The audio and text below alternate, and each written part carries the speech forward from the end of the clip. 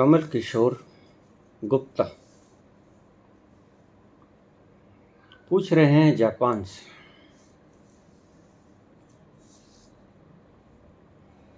बाबा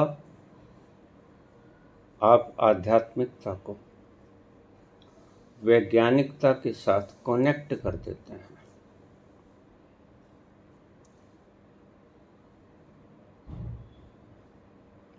क्या आप जप नहीं करना चाहिए, इसका कोई वैज्ञानिक आधार भी दे सकते हैं?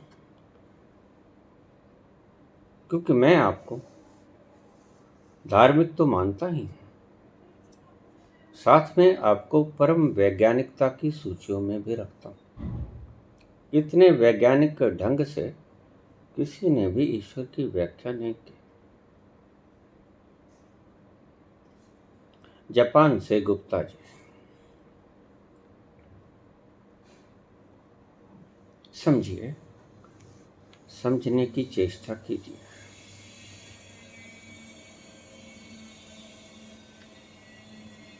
मैं कहता हूं save save save save save save save. आपके दिमाग में क्या प्रोजेक्शन है, आपके दिमाग में क्या चित्र बना? आप कहोगे सेब का, एप्पल का। फिर मैं कहता हूं, मैंने बोला अनार अनार अनार अनार अनार। आपके दिमाग में क्या चित्र बना? आप कहोगे अनार का। फिर मैं कहूँगा आलू आलू आलू आलू आलू आलू आलू। आपके दिमाग में क्या चित्र बना? आप कहोगे आलू का। मैं कहूँगा दिखलाओ। आप आलू उठा के दिखा देंगे मुझे। सेब दिखलाओ, सेब उठा के दिखला देंगे मुझे। अनार दिखलाओ, अनार उठा के दिखला देंगे मुझे। मैं कहता हूँ पानी पानी पानी पानी पानी। आप पानी दिखला दोगे मुझे, ये पानी।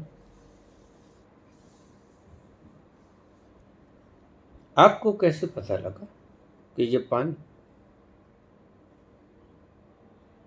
आपको कैसे पता चला ये अनार है, ये सेब है, ये आलू है? जब भी कोई चीज, अब ध्यान से सुनिएगा, जब भी कोई रेपिटिशन होता है, रेपिटिशन पहले चेतन में भर जाता है, फिर अचेतन में भर जाता है, और जब अचेतन में भरपूर हो जाता है आपका चेतन और अचेतन, तो आप उसको सत्य मानने लगते हो। प्रोजेक्शन आ जाता है। मैं कहूँ मल मूत्र मल मूत्र, आपके दिमाग में क्या प्रोजेक्शन आएगा? किस चीज की बनेगी चित्र आपके मन के भीतर? दिमाग के पर्दे पे किस चीज का चित्र आएगा? मल मूत्र का। मैं कहूँगा गटर गटर, गंदा पानी, सीवर, नाला। आपके मन में क्या आएगा? वही गंदगी से भरा हुआ सीवर, गटर, नाला। मैं कहूँगा उपवन, फूल, चमेली, गेंदा, गुलाब। आप सब बता दोगे। गेंदा भी ला दोगे, गुलाब भी ला दोगे, घास भी ला दोगे, उपवन भी दिखा दोगे। ये कैसे संभव हुआ?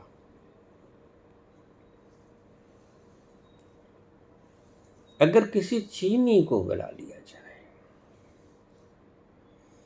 फ्रांसीसी को बुला लिया जाए, रशियन को बुला लिया जाए, अंग्रेज को बुला लिया जाए, उनको मैं कहूँ सेब वो पूछेगा व्हाट इज सेब। चीनी को मैं कहूँ कि सेब, हाथ हिला देगा, मुझे नहीं पता। फ्रांसीसी भी ऐसे बोलेगा, रशियन भी ऐसे बोलेगा। ये एक मनोविज्ञान। अगर पानी सच में उसका नाम पानी होता तो रशियन भी उसको पानी कहता, दिखना दिखता ये है पानी, ये है अनार, ये है उपवन, ये गेंदा, ये चमेली, ये गुलाब, ये मोतिया। ये तस्वीरें छप जाती हैं आपके रेपुटेशन के द्वारा। छोटा बच्चा ब्लैंक होता है, उसके दिमाग पर कोई प्रोजेक्शन नहीं होता।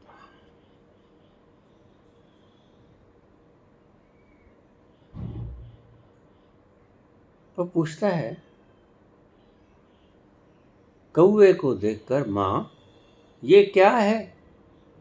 तो माँ कहती बेटा ये कौवा है, कौवा, करो करो।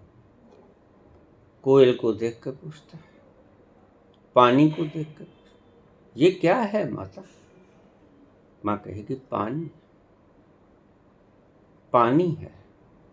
बच्चा ऐसे ही सुनता सुनता सुनता सुनता रिपीट होता जाएगा और उसके चेतन से अचेतन में उतरती जाएगी बात।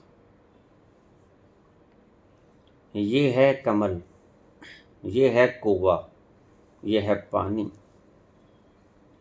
बच्चा भेद रहित होता है, उसको सांप का कोई पता नहीं होता, ब्लैंक है। सांप के नाम से उसको डराया गया आपके द्वारा। नहीं नहीं ये सांप है, इसके करीब मत जाना। बच्चे को कोई पता नहीं। बच्चा अबोध है, अबोध इस दृष्टि में कि उसका मस्तिष्क का पन्ना कोरा कागज है। आप इस कोरे कागज को भरते हैं रेपिटेशन के द्वारा। ऐसा ही राम राम राम राम राम राम राम। कहो ये कौन? हिंदू कहेगा राम, धनुर्धारी भगवान दशरथ के पुत्र राम। कृष्ण कृष्ण कृष्ण कृष्ण कौन है? हिंदू कहेगा ये कृष्ण हमारे आराध्य, हमारे भगवान, देवकी नंदन, वासुदेव पुत्र। ये सब हमने कलेक्शंस कर ली हैं थ्रू रेपिटेशंस, रिपीट कर करके। घर से सीखता है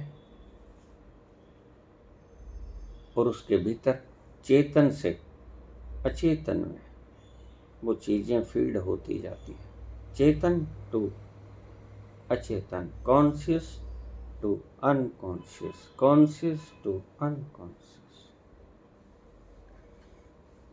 इसको साइंटिफिक भाषा में ऑटो हिप्नोसिस भी कहते हैं।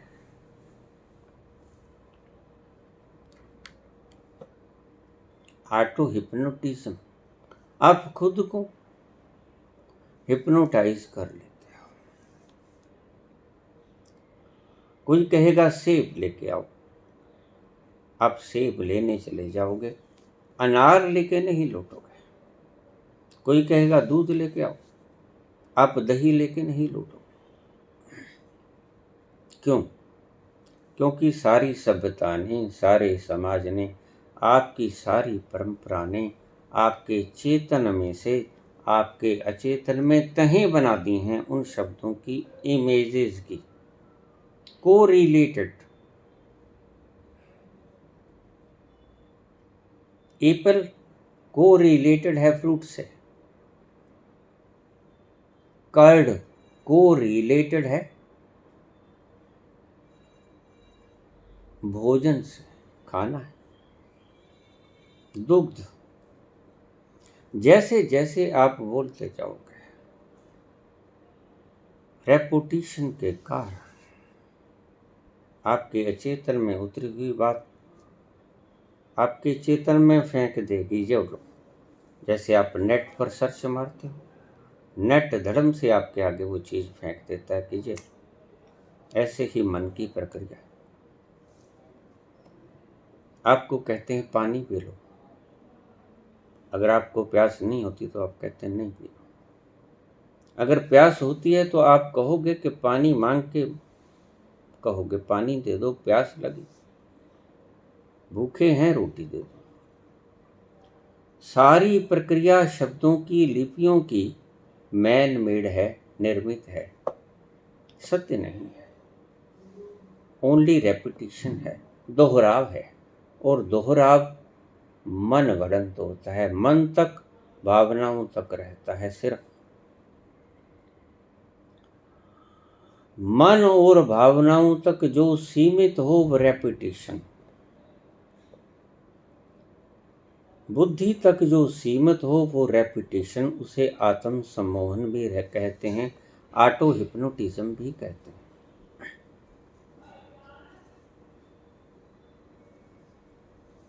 ये विज्ञान है। लेकिन जो आपने हिंदी में बोला वह रशियन व्यक्ति नहीं समझेगा, चाइनीज नहीं समझेगा, फ्रांसीसी नहीं समझेगा,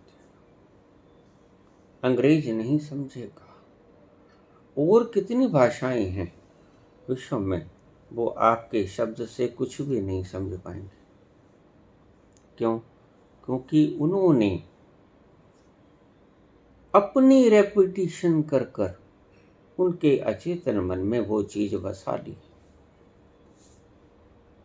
जब बाहर के मुल्कों में हम जाते हैं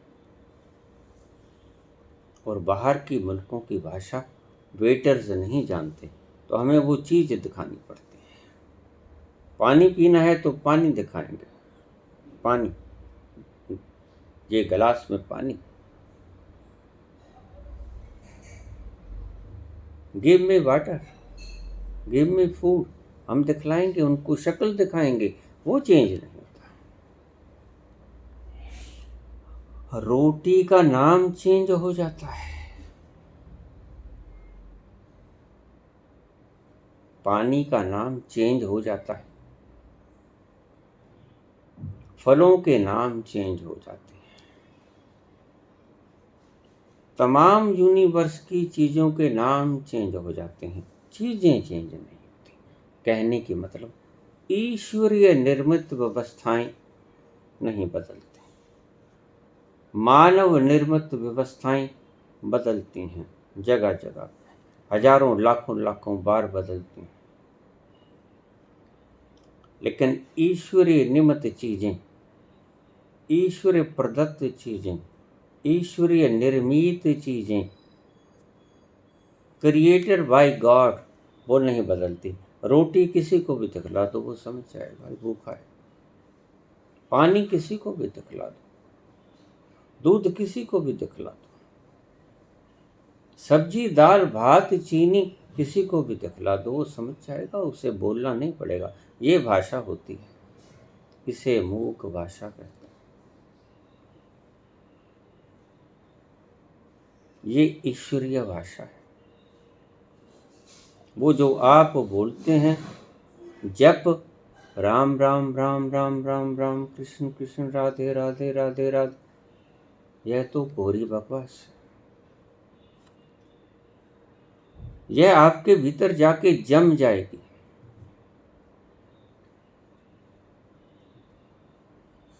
यह आपने ही पैदा की।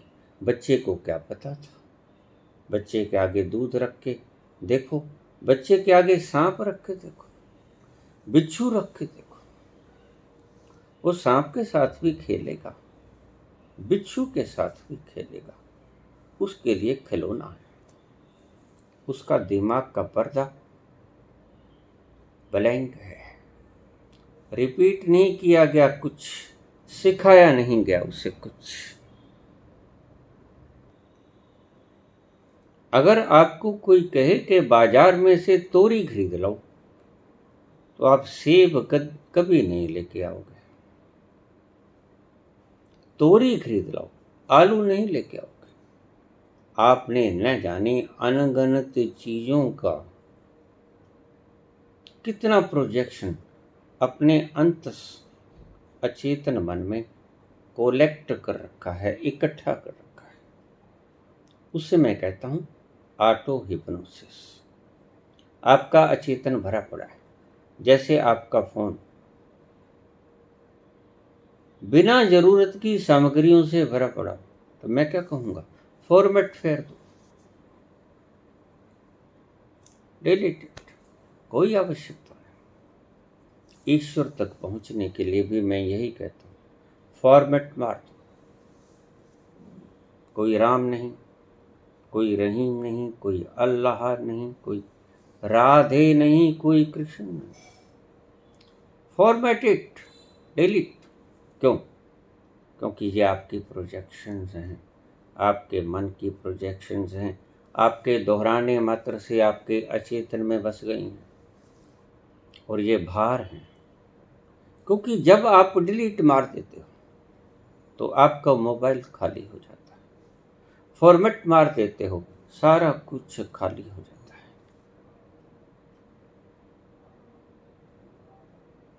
अभी आपका चेतन और अचेतन मन भरा पड़ा है इन मान्यताओं से। अभी मैं कह दूं सुअर, आपके मन में तत्क्षण प्रोजेक्शन आ जाएगा, सुअर दिख जाएगा आपको। हालांकि मैंने आपको सुअर का दर्शन नहीं कराया। अभी मैं कह दूं गाय, आपके मन में फौरन चित्र बन जाएगा गाय का। मैंने आपको गाय दिखाई नहीं, शब्द बोला। तुम शब्दों के द्वारा संचालित हो। बुद्ध को कोई गाली निकाल देता है, बुद्ध उससे प्रभावित नहीं होते। क्यों नहीं होते? क्योंकि शब्दों का एक समूह इकट्ठा कर लिया गया, वही अल्फाबेट्स, वही वर्णमाला, वही अक्षरों का जोड़। गाली भी बन जाता है, आशीर्वाद भी बन जाता है, वरदान भी बन जाता है, श्राप भी बन जाता है। कोई ऐसी चीज दिखा दीजिए आप जो कि शब्दों से परे आशीर्वाद हो या शब्दों से परे अभिशाप। और ध्यान रखना, जो शब्दों से परे अभिशाप आता है, जो शब्दों से परे ब्लेसिंग्स आती हैं, आशीर्वाद आता है या कर्स आता है, श्राप आता है, शब्दों से परे भीतर से उठ के आपके चेतन में से निकल जाता है, वह आपका जपा हुआ नहीं होता, वह ईश्वर के द्वारा थ्रो किया गया होता है यूनिवर्स में, वो होकर रहेगा। इसे हम श्राप कहते हैं। जो आपके शब्दों के द्वारा नहीं बोला गया, शब्दों से पार यानी मन से पार। शब्दों की सीमा मन तक सीमित है, मन के आगे शब्द नहीं, निःशब्द है। मन के आगे क्या आते हैं? विचार के आगे भावनाएं, भावनाओं में कोई शब्द नहीं होते। भावनाएं, विचार शून्य अवस्था, भावनाएं, बस आंखों से अश्क। प्रेमी को देखिए, दुखी आदमी को देखिए, सुखी आदमी को देखिए, रो रहा है, अश्रुधारा बह रही है, आप पहचान न पाओगे कि ये रो क्यों रहा है, अश्क क्यों बहे जा रहे हैं। उसको अपनी प्रेयसी की, प्रेमी की याद आ रही है, और उसकी याद में ये अश्रुधारा बाहर बिखर बिखर जाती है। कोई दुखी है, रो रहा है, आपको पता ना चलेगा कि इसको दुख काहे का। दुख की प्रोजेक्शन मन में आई, शब्दों में ढाली नहीं गई, अश्रु बन के बाहर निकल। सो भावनाएं विचारों से परे की चीज है। पहली चीज विचार, जो आपकी बुद्धि क्रिएट करती है, बस बुद्धि की पहुंच यहीं तक, मन की पहुंच भी यहीं तक, उससे आगे आती हैं भावनाएं। भावनाओं में ना कोई विचार होता है, ना भावनाओं को प्रकट कर सकते हो।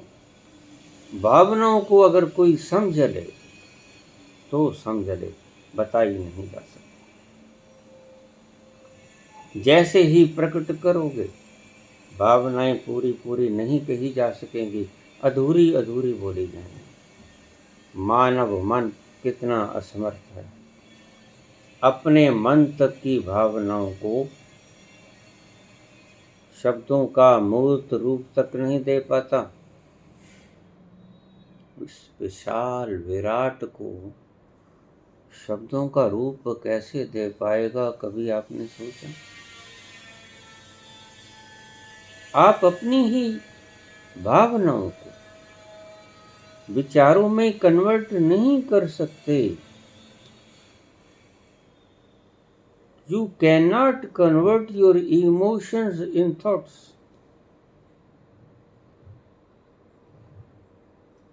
तो आप उस महान विराट अस्तित्व के रचयिता को शब्दों में या भावनाओं में कैसे व्यक्त कर पाओगे? इसीलिए वो सदा अव्यक्त रह जाता है। कितना भी बोलते हैं संत, बोलना निरर्थक हो जाता है।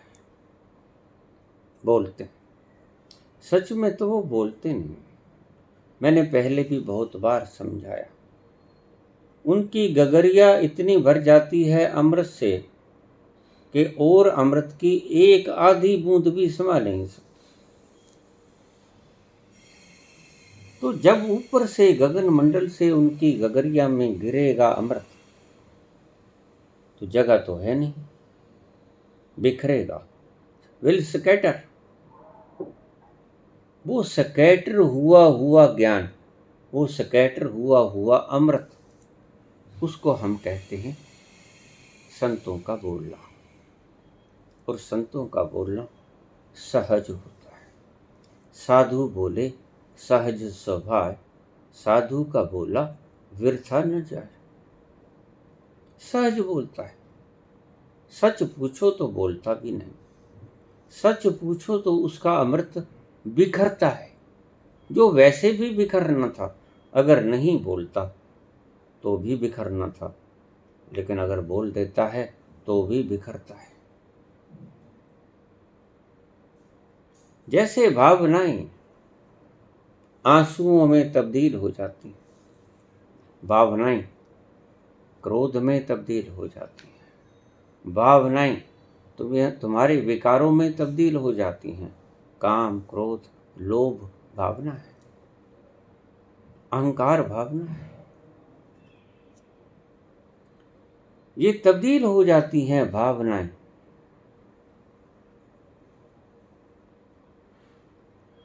संत बोलता है, ईश्वर का नियम उन्हें बोलने पर मजबूर कर देता है,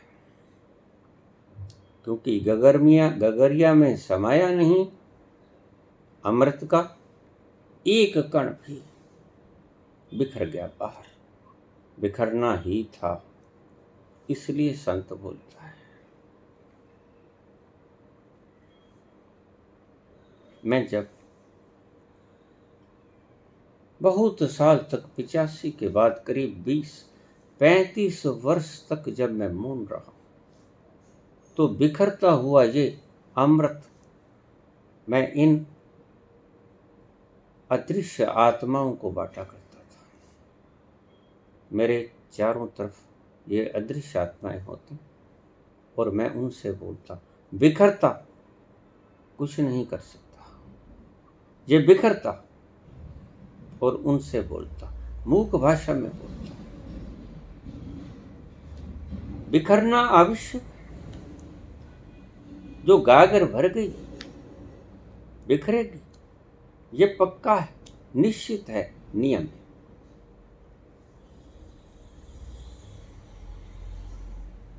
बाबा, जप नहीं करना चाहिए, इसका वैज्ञानिक आधार क्या है बताएं? बता दिया। जप एक रेपिटेशन है। दूध दूध दूध, अनार अनार, सेब सेब सेब, लेकिन हिंदुओं के लिए, जो हिंदी जानते, अंग्रेजों के लिए नहीं, रशियन के लिए नहीं, चाइनीज के लिए नहीं, जापानीज के लिए नहीं, जर्मन वालों के लिए नहीं, इजराइल के लिए नहीं, किसी भी धर्म विशेष अन्य के लिए नहीं, सिर्फ हिंदी और भाषाएं।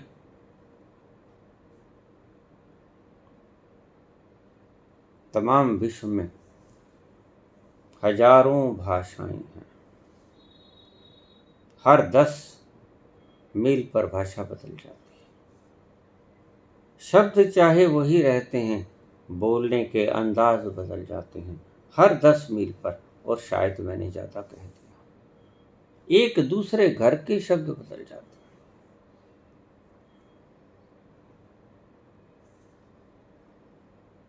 ये रेपिटेशन है। जब आप कहोगे राम, धनुष लिए भगवान राम आपके चित्र में खड़े होंगे, मन के चित्र में। जब आप कहोगे कृष्ण,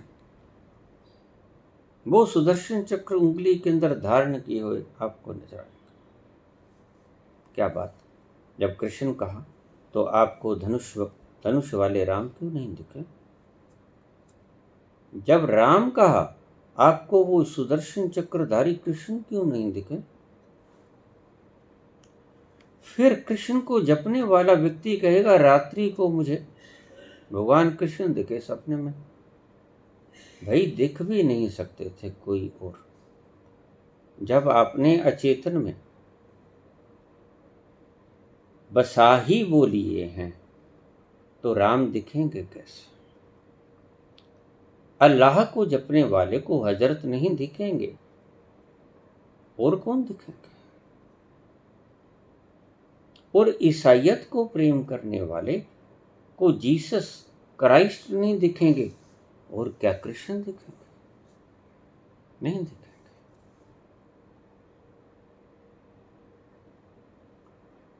इसीलिए भगवान कृष्ण ने कहा कि जिस रूप में भक्त मुझको भजता है, उस रूप में मैं उसको दर्शन देता हूँ, और कोई मतलब नहीं था। इसका मतलब सिर्फ साइकोलॉजिकल था। आप जिस रूप में भजोगे आपको वही दिखेंगे। यही तुलसी के साथ हुआ। इसलिए मैं कहता हूँ तुलसी एनलाइटेंड पर्सन नहीं थी। नहीं तो राम और कृष्ण में कृष्ण और राम देखे जा सकते हैं। अल्लाह और ईश्वर में ईश्वर और राम देखे जा सकते हैं। अल्लाह में राम देखा जा सकता है, राम में अल्लाह देखा जा सकता है, गॉड में राम देखे जा सकते हैं, राम में गॉड देखे जा सकते हैं। ये सब तुम्हारी कहानियां, शब्दों की कहानियां। Repetition is just a illusion, एक भ्रम मात्र है। जो आप बच्चों से उनके कोरे कागज के ऊपर अंकित करना शुरू कर देते हो, और आखिर तक आप अंकित करते ही रहते हो, वो वही सीख जाता है। इसीलिए जो सिख धर्म में पैदा हुआ उसके कोरे कागज में वही लिख दिया गया। जो हिंदू, जो मुसलमान, जो ईसाई, जो पादरी, किसी भी धर्म का पारसी, उसके कोरे कागज पर बचपन से ही हमने वैसा ही लिखना शुरू कर दिया, और वो सत्य नहीं था।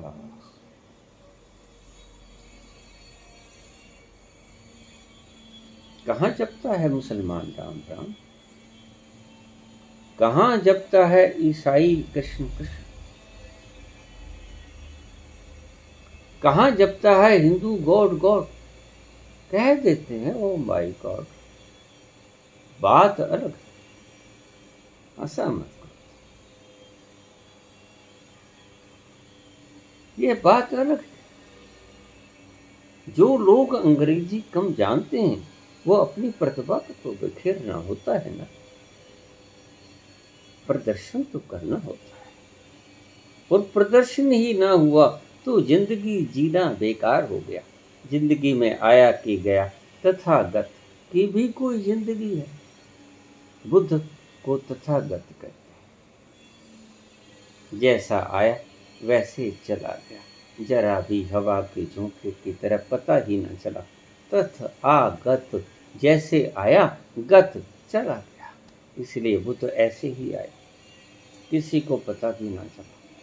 बड़े करुण स्वभाव से आए, हल्की पद चाप चिन्हों से आए, इस संसार में विराजे 80 साल रहे,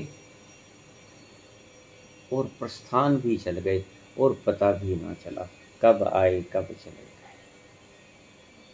संत ऐसे ही होते हैं, एक संत तथागत नहीं होता, सभी संत तथागत होते हैं। जैसे आते हैं वैसे चले जाते हैं, ज्यों की त्यों धर दीनी चदरिया, बड़े जतन से ओढ़ी चदरिया, बड़े जतन से ओढ़ते हैं, लेकिन जैसे आते हैं, जैसे चदरिया को ओढ़ते हैं, वैसी की वैसी बेदाग वहां पर रख कर चले जाते हैं। यह है साइंटिफिकल डेफिनेशन ऑफ जप। आप बता दो, जप सत्य है? चाइनीज जप करेगा ये नहीं करेगा।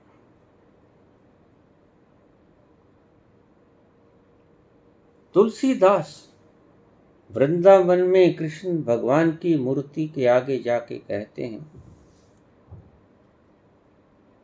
अहंकार नहीं निमता, अहंकार का किला गर्दन में फंसा रहता है, मन तक सीमित है, समझ लिया। और ज्ञानी कौन? जो मन से पार चला गया। जो मन में उलझा वो ज्ञानी नहीं, मन से पार दूर, जहां मन का कोई अस्तित्व नहीं, जहां ना विचार है ना भावना है, भावना शून्य, उसके आगे शून्य से आगे भी महाशून्य। पहले विचार, फिर भावना, भावना के आगे शून्य, और शून्य के आगे महाशून्य।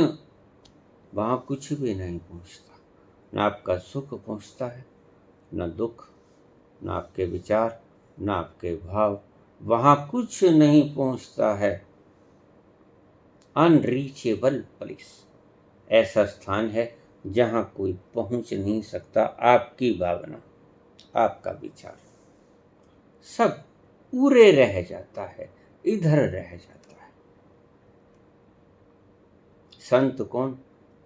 जो इन सभी चीजों से पार छलांग लगा गया, जो सभी इन विचारों और भावनाओं का दृष्टा हो गया।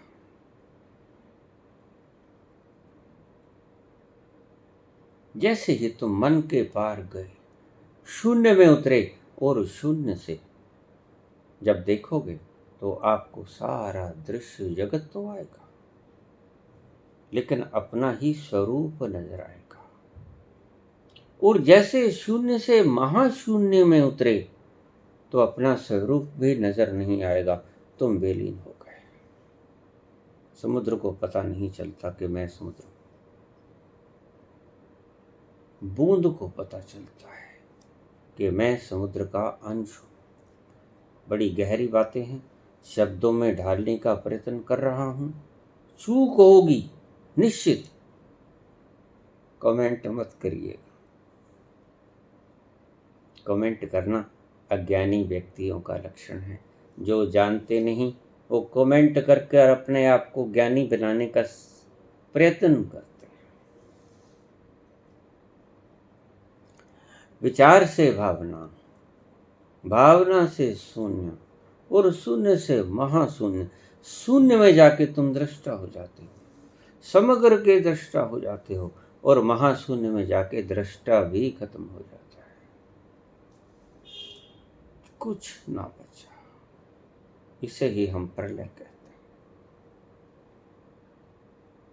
जो प्रलय तुम गिनते हो वो प्रलय नहीं,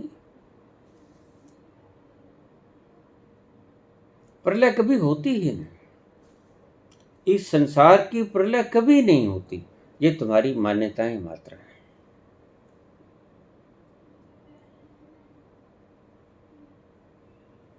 ये क़यामत, ये प्रलय, ये आपके दिमाग की खोज है, षड्यंत्रकारी खोज है।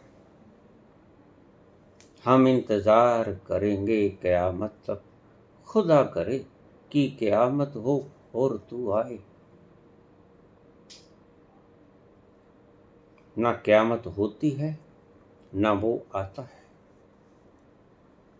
हाँ, क़यामत होती है, और अगर क़यामत होते वक्त परमात्मा आता है तो बड़ा आसान तरीका है, सभी को परमात्मा का दर्शन हो जाएगा। क़यामत वाले दिन कोई प्रयास न करना पड़ेगा, कोई भीतर ना उतरना पड़ेगा। सहज स्फूर्त परमात्मा क़यामत वाले दिन आपको दर्शन दे देगा, बिना कुछ किए। ये तो बड़ा सस्ता मामला हो गया। ये तो कोई शीश भी भेंट ना करना पड़ा, ये तो कोई नारियल भी भेंट ना करना पड़ा, ये तो कोई ड्रामेबाजी भी ना करनी पड़ी। बस क़यामत हो गई और खुदा आ गया। क़यामत नाम की कोई चीज़ नहीं होती। क़यामत सामूहिक चीज़ नहीं है, क़यामत व्यक्तिगत चीज़ है। क़यामत होती है बूंद की, समुद्र की क़यामत कभी नहीं होती। बूंद जब समुद्र में समा जाता है,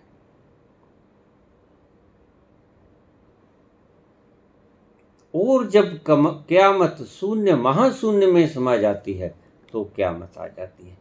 व्यक्ति के लिए क़यामत आती है, समष्टि के लिए क़यामत कभी नहीं आती। ये जो आपके शास्त्रों में लिखा हुआ है। सतयुग इतने वर्ष का, त्रेता इतने वर्ष का, द्वापर इतना, कलयुग इतना, अलग अलग मान्यताएं हैं। जैसा जिसने समझा वैसा उसने लिख दिया, लेकिन क़यामत होती है। ये मनवंतर, ये 14 मनवंतर, ये फला ढका, ये सब बकवास। क़यामत होती, तुम्हारी क़यामत होती, तुम्हारी बूंद की क़यामत होती है। समष्टि की क़यामत कभी नहीं होती। जरा सोचिए, अगर समष्टि की क़यामत हो जाएगी, क्या होगा? जिनके कर्म बकाया पड़े। लेकिन बुद्धू कैसे समझे इन बातों को? जिसने सब कर्म भोग लिए, सब खाते बही बैलेंस करके, खाते बही को बंद करके समुद्र में समा गया और शून्य से महाशून्य में उतर गया। देखिए, मैं फिर कह रहा हूं, शब्दों में असंभव को, शब्दातीत को ढालने का प्रयत्न मात्र कर रहा हूं। इशारे से समझ जाओ तो अच्छा, नहीं चुप रहना।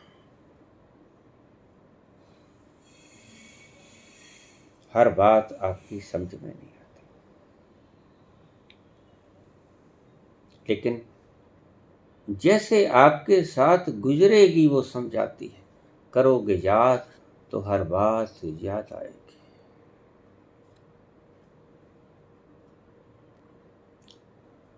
जैसे ही कोई सिद्ध पुरुष, संबोधि से युक्त पुरुष आपके साथ वार्तालाप करता है, महाशून्य से तो कभी लौटा ही नहीं जा सकता। महाशून्य से कभी कोई नहीं लौट सकता। पॉइंट ऑफ नो रिटर्न, वह नहीं आता। शून्य से वापस हुआ जा सकता है और शून्य से आकर आपको बता सकता है वो शून्य के आगे क्या है।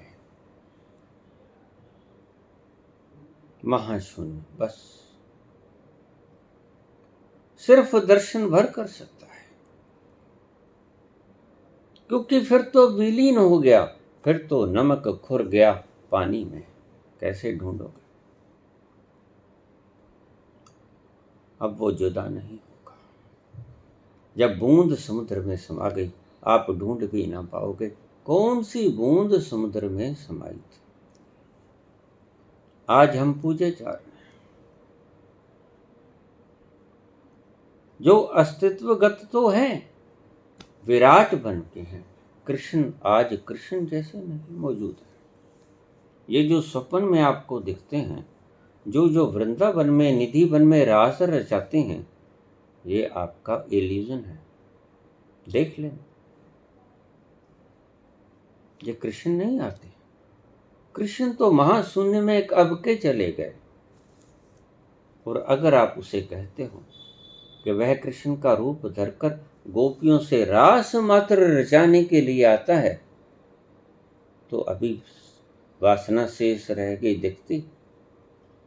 आप उनको डिग्रेड करते हो, आप उनको अपग्रेड नहीं करते। आप उनको वासना शून्यता से निकाल के रास की वासना के भीतर धकेल देते हो रोज। आपको मालूम भी नहीं होता कि ये रास भी एक वासना है। रोज रास रचाते हैं निधि वन में रात को। अब आपकी कौन सी मूढ़ताओं को, किस किस मान्यताओं को संत तोड़े? नहीं तोड़ा जा सकता, क्योंकि जहां आप पहुंचे नहीं, जो समझाया नहीं जा सकता, जो शब्दों में कन्वर्ट नहीं किया जा सकता, जो ट्रांसलेट नहीं किया जा सकता, जो बुद्धि में आ नहीं सकता, जो बुद्धि की पहुंच से बहुत दूर है, वो आपकी बुद्धि में आएगा कैसे?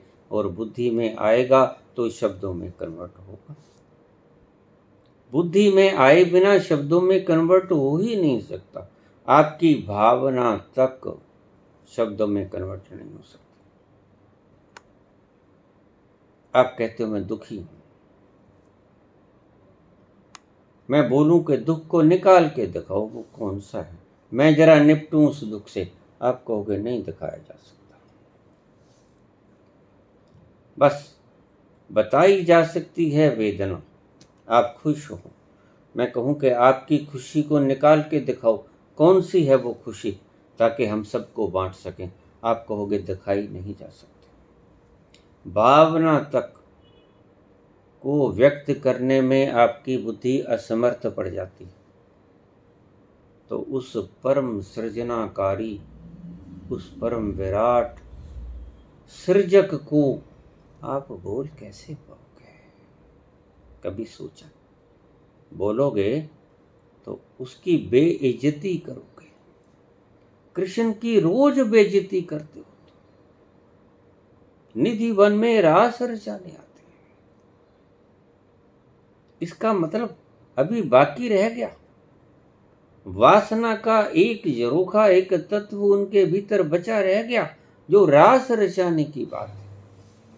आपको रास रचाने में बड़ा मजा आता है, इसलिए आप अपने भगवान के ऊपर अपना मजा भगवान के ऊपर थोप देते हो। निधि वन में रोज कृष्ण भगवान रास रचाते हैं, रात को गोपियों के साथ।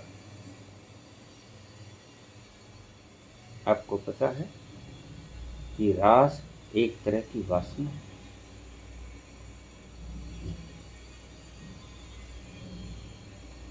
और भगवान कृष्ण रोज वो रूप धरकर जब साइंटिफिक ढंग से प्रूव करने की कृपा कर, रेपिटेशन। आज हम हर चीज को देखकर पहचान जाते हैं, ये रेलगाड़ी, ये वायुयान, लेकिन बच्चे को पता नहीं था। एक पिता से बच्चा पूछ रहा था, छोटा कौवा बैठा था, पिताजी ये क्या है? पिता बोला, पुत्र ये कौवा है। कहाँ है? कहाँ? कौवा है, कौवा। ठीक, थोड़ी देर बाद फिर कहाँ कहाँ बोला, पिताजी ये क्या है? बेटा ये कौवा है। 100 बार पूछा, ये क्या है पिताजी? ये बेटा ये कौवा है। It is only a repetition. वो कौवा आपके भीतर फंस गया। ऐसे ही सारी सृजना आपके भीतर फंसी खड़ी। बार बार पूछते हो, बार बार सुनते हो। एक ग्रामीण चला गया था हिंदुस्तान के ग्राम से अंग्रेज मुल्क में। सब घूम घाम के आया, 2 महीने वापस आया। ग्रामीण लोग पूछने लगे कि आप गए थे? अंग्रेजों के मुल्क में गए थे, जिन्होंने हमारे ऊपर शासन किया, भला वहां पर क्या खासियत है? कुछ देखी अजीब घटना?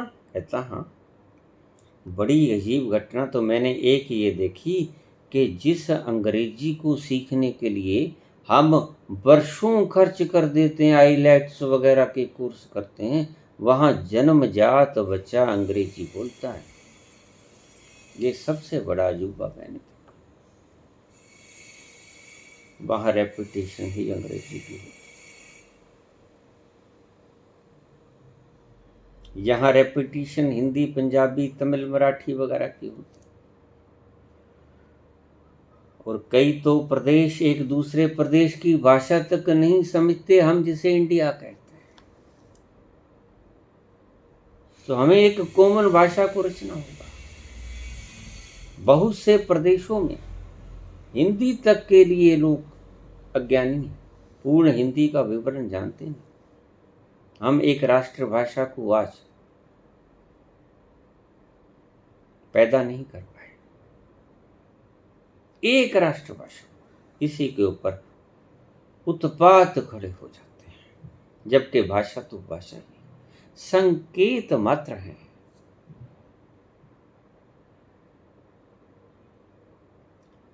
सिर्फ सिग्नल्स हैं। जैसे सिग्नल नीचे हो गया, इसका मतलब लाइन क्लियर चले जाओ। सिग्नल ऊपर हो गया, बत्ती लाल है, इसका मतलब लाइन क्लियर नहीं है, मत जाओ। सिग्नल्स के ऊपर हम रोज झगड़ा करते हैं, गर्दनें कट जाती।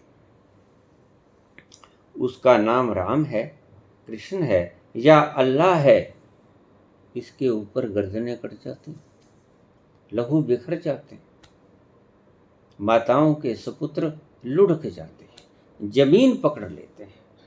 तुम्हारी बनाई हुई सृजनाओं के कारण, ईश्वर की बनाई सृजनाओं के कारण कभी कोई वैर भेद उत्पन्न होता ही नहीं। तुम्हारी बनाई हुई जप मैन मेड है, सेल्फ क्रिएटेड है, गॉड क्रिएटेड नहीं है। और तुम्हारी बनाई हुई हर चीज फना हो जाएगी। ईश्वर की बनाई हुई की चीज कुछ भी फना नहीं होगी। तुम्हारा मनुष्य मर जाएगा, ये मूर्ति विकृत हो जाएगी। बच्चा था, बड़ा हो गया, कैसा था?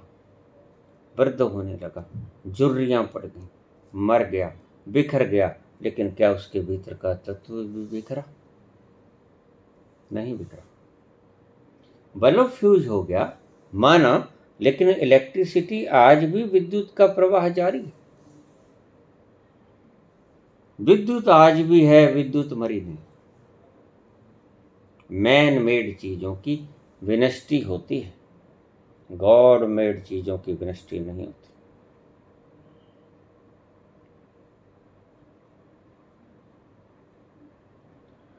रोटी का शब्द कल को बदल सकता है। ब्रेड की जगह आप कुछ और रख सकते हो रोटी का नाम। लेकिन जब रोटी दिखाओगे किसी को तो आपकी छाप पहचान लेगी बिना बोले, हाँ हाँ मुझे यही चाहिए खाने के लिए, मैं भूखा हूँ। पानी का नाम बदला जा सकता है, बदला ही हुआ है। आज विश्व में पानी का एक नाम नहीं, अलग अलग भाषाओं में पानी के अलग अलग नाम हैं, और साइंटिफिक भाषा में सिर्फ एक नाम। साइंटिफिक भाषा ज़्यादा सुंदर है। साइंटिफिक भाषा में पानी का फार्मूला H2O, नॉन कन्वर्टिबल, यह नहीं बदलेगा कभी। सही तो साइंटिफिक भाषा है। आप पानी या अलग अलग चीज़ें या वाटर या आब कुछ भी कहो, ये बदल जाएंगे, लेकिन H2O का फार्मूलेशन कभी नहीं बदलेगा। H2O ये एवरग्रीन, ये वैनिश नहीं होगा, यह टूटेगा नहीं, ये खत्म नहीं होगा।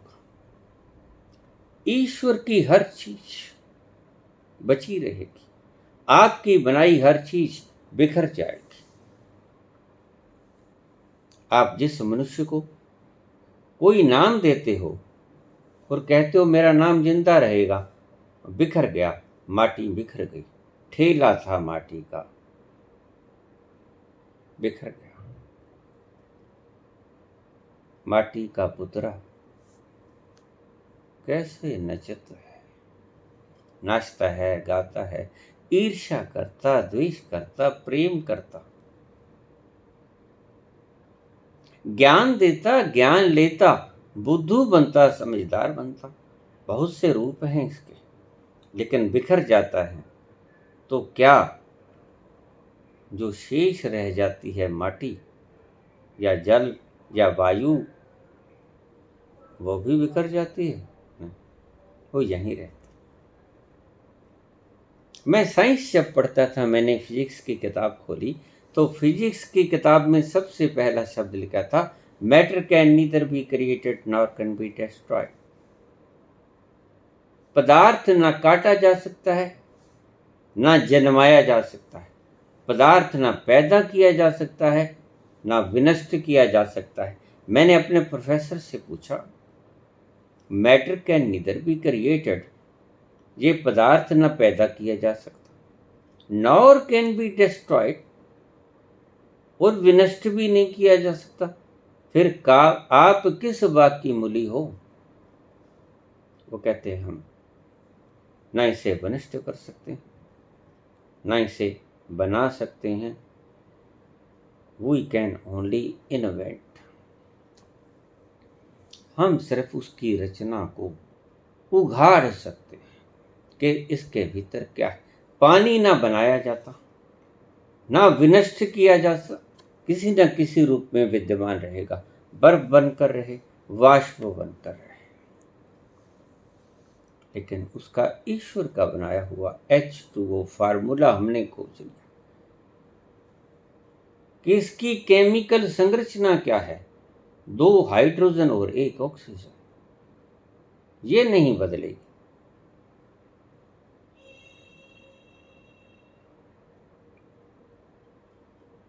ये आपका मनोविज्ञान की भाषा में आपको समझा रहा हूं।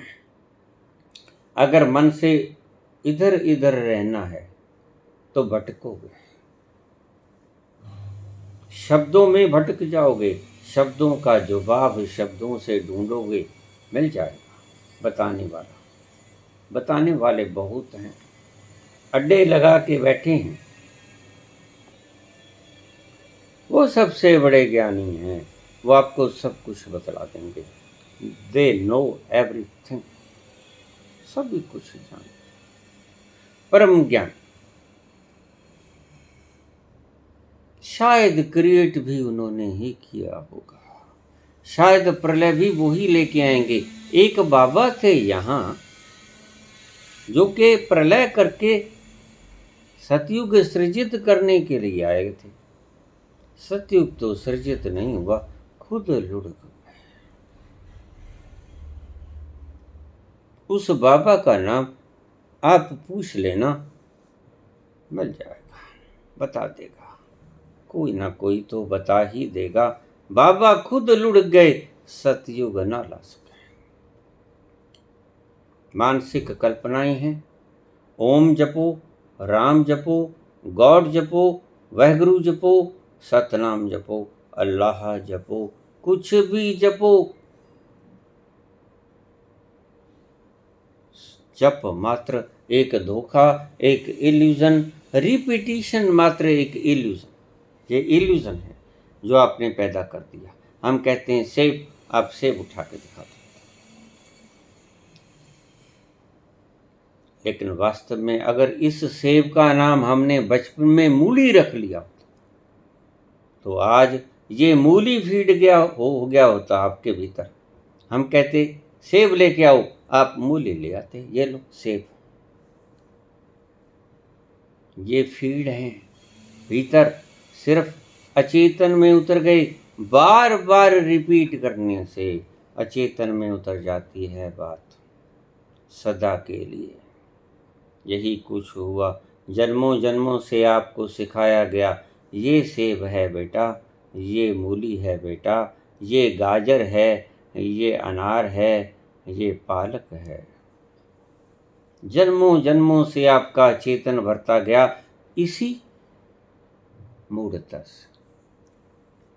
रेपिटिशन मूढ़ता है। रेपिटिशन के सारे तंबू उखाड़ फेंकने। अगर आप ज्ञान की तरफ कूच करना चाहते हो, आपकी सभी मान्यताएं, धारणाएं उखड़ेंगी, दम तोड़ देंगी, श्वास विहीन हो जाएंगी, जीवंत ना रहेंगी, प्राणहीन हो जाएंगी।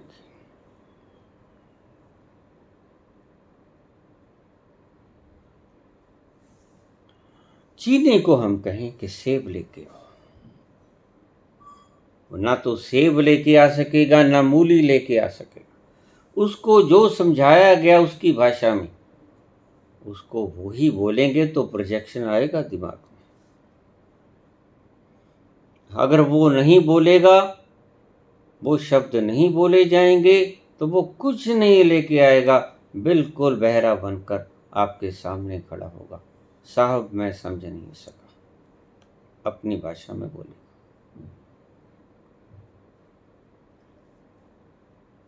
इसलिए हमने एक कॉमन लैंग्वेज बनाने की चेष्टा की, लेकिन हम बुरी तरह पिट गए।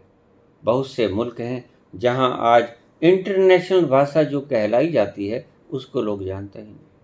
बहुत कम मुल्कों में इंग्लिश के प्रति लोग जानते हैं, अन्यथा सभी देशों की अपनी अपनी भाषा।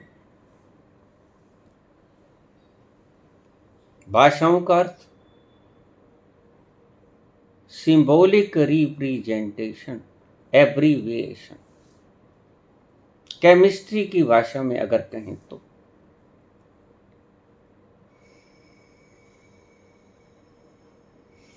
इशारा करोगे आप। आपने डॉक्टर को ऑपरेट करते हुए नहीं देखा होगा, डॉक्टर मुंह से नहीं बोलता कैंची ले जाओ, वो इशारा करता है, समझ आता। फोर्सअप चाहिए, बोलता नहीं, वो बोला तो बात खत्म। वो फोर्सअप का इशारा करेगा, चुमटी बनाएगा, फोर्सअप नहीं। सुई चाहिए, सभी के सिंबॉलिक एब्रीविएशन रिप्रेजेंटेशन, और सिंबॉलिक रिप्रेजेंटेशंस सत्य नहीं हुआ करते, कुछ और भी बन सकते हैं। अगर आपने कैंची का कोई दूसरा स्वरूप बना लिया होता तो वैसा ही इशारा भी करना पड़ता। ये इशारे मात्र हैं। इसीलिए करते रहो, राम राम करते रहो, कैंची कैंची करते रहो, टर टर करते रहो, अपना नाम बोलते रहो। जब आपको कहीं नहीं लेके जाएगा, अब इससे ज़्यादा साइंटिफिक भाषा का मैं इस्तेमाल क्या करूं? समझ आता है आपको? इससे ज़्यादा भी मैं कुछ बोल सकता हूं? जो चीज़ का आप नाम लोगे वो आपकी अतीत की प्रोजेक्शंस के कारण अपने दिमाग में वो चीज़ आ जाए, और जुगों जुगों से जन्मों जन्मों से हमें यही चीज़ सिखाई गई है, कभी बदली नहीं गई। आपने कभी मूली का नाम गाजर नहीं रखा, गाजर का नाम आपने मटर नहीं रखा, वो ही शुरू से जो चल रही है। और हम कहते हैं हमारी भाषा सबसे पुरानी, जितनी पुरानी है उतनी ही ज़्यादा रम गई है भीतर, ज़्यादा प्रोजेक्ट की गई, इसलिए अब निकालनी मुश्किल है। तो इसका क्या हल है? जो कागज पर इमारत लिखी गई, जिस कोरे कागज पर इबारत लिखनी शुरू की गई, कभी उस कागज को ही जला दो। अगर मैं कहता हूँ शास्त्रों को जला दो, इसका और कोई अर्थ नहीं, ये इबारत ही गलत है। क्यों? क्योंकि आपके भीतर एक ऐसा शास्त्र पड़ा है जिसको देखकर सभी ज्ञानी बोले, जिसके आवेग में बहकर सभी ज्ञानों के ज्ञान छलके, जिनकी गगरिया भरी उस अमृत से वो आपके भीतर विद्यमान है, और उससे बड़ा शास्त्र कोई नहीं, महाशास्त्र है, उससे बड़ा शास्त्र कोई नहीं। मुझे लोग कहते हैं कि मैं फलां बाबा की पूजा करता हूँ, नीम करोली बाबा के बारे में कुछ बोलिए, साईं बाबा के बारे में कुछ बोलिए। मैं उनके चमत्कारों से बड़ा चमत्कृत हूँ। मैंने कहा अगर आप चमत्कारों के कारण ही पूजा करते हो, सुनिए, अगर आप चमत्कारों के कारण ही पूजा करते हो तो सबसे बड़ा पूजा करने योग्य कौन? जिसने महाचमत्कार किया। वो कौन जिसने महाचमत्कार किया? वो परम पिता परमेश्वर, वो सृष्टा, वो निर्मित करने वाला, वो सृजन करने वाला। एको सुमरिये नानका जो जल थल रया समाय, दूजा काहे सुमरिये जो जम्मे ते मर जाए।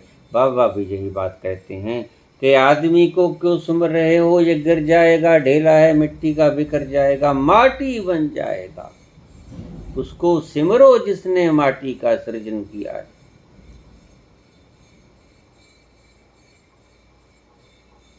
एको सुमरिये नानका जो जल थल रया समाय। वेद वाक्य हैं ये, ईशावास्यमिदं सर्वं यत् किंचित् जगत्याम जगत, जल थल रया समाय। क्या फर्क है बात? जल में, थल में, सभी जगह जो व्याप्त है उसको ही सुमरो। दूजा काहे सुमरिये, इन रूपों को क्यों सुमरते हो? बहुत से लोग कहते हैं बाबा आपको दर्शन करना चाहते हैं। अरे मिट्टी के ढेलों के क्या दर्शन?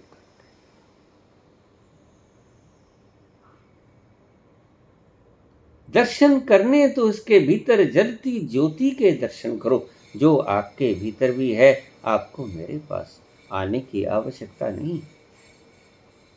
चैन भी है, सुकून भी है, प्यार भी है, खुशबू भी है, आनंद भी है, मस्ती भी है, बेसुधी भी है। बेखबर भी हो जाओगे, झूमोगे, नाचोगे, गाओगे, जश्न मनाओगे, उत्सव होगा हर पल हर घड़ी, और वो मिलेगा आपको अपने भीतर से। क्यों नहीं उतरते आप? बाबा आप क्यों नहीं स्टेज पे आ जाते? आपके भीतर ही तो बैठा हूं, आप भीतर ही क्यों नहीं उतर जाते? जरूर ही 10, 5, 20 हजार किलोमीटर चलकर मेरे पास आना, इस लोथड़े को देखना है। लेकिन तुम महामूढ़, तुम्हें मैं क्या कहूं? लाख बार तुम्हें मैं समझा दूं, तुम समझने वाले नहीं, क्योंकि इन गलत व्यक्तियों ने आपके भीतर इतनी महिमा भर की है। गुरु की हाथ पकड़ेगा आपका, उंगली पकड़ के सचखंड ले जाएगा। बार बार रिपीटिशन, वही रिपीटिशन रिपीटिशन, आपके भीतर बस गई वो बात। गुरु के बिना गति नहीं होती। आप ढूंढोगे गुरु और उसके पास चलो जो उंगली पकड़ के आखिरी दम पाप कर लो जितने चाहो। शराब मत पियो, शराब जैसे रंग का खून पी लो, कोई बात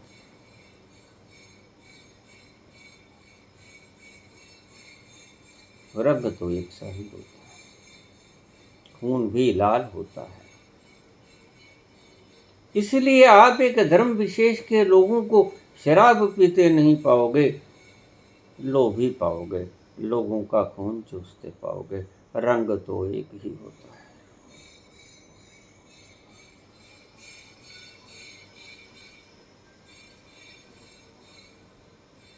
मजा तो तब है जब आप शराब भी न पियो और शराब जैसे रंग का खून भी मत पियो।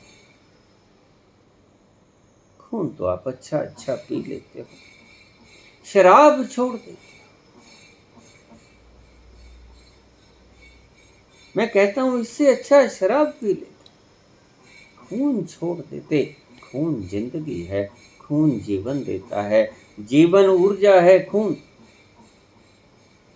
शराब तो न पीने से भी काम बड़ा मजे से चलेगा।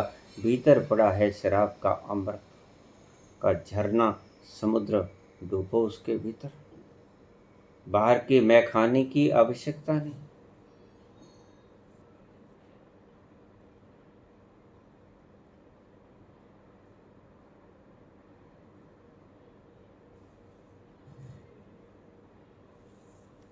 आपकी प्यास बुझेगी मैखाने से नहीं,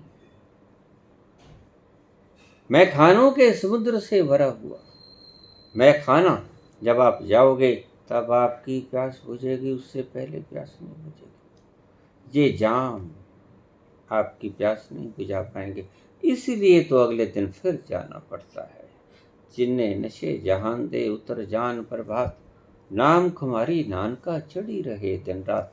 उस खुमारी में जब डूबोगे तो फिर नहीं उतरेगी वो। एक बार चढ़ी के ऐसी चढ़ी कि रंग में रंग गए, बस फिर वो कभी नहीं उतरेगी। वो एक बार पीनी पड़ती है, जिसने एक बार पी ली वो निहाल हो।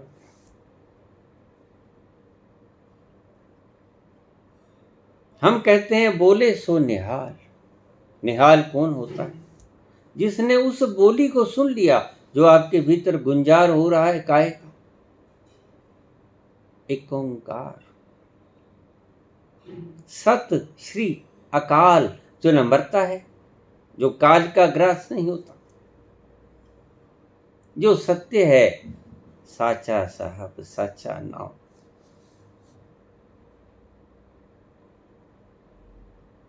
आद सच जुगाद सच, है भी सच नानक हो भी सच। बोले सो निहाल, जो उस बोली को सुन लेता है, जो उस ध्वनि को सुन लेता है, वो निहाल हो जाता है। किस बोली को? जो सत्य है, जो श्री है। श्री प्रॉस्पेरिटी से युक्त कहते हैं श्री।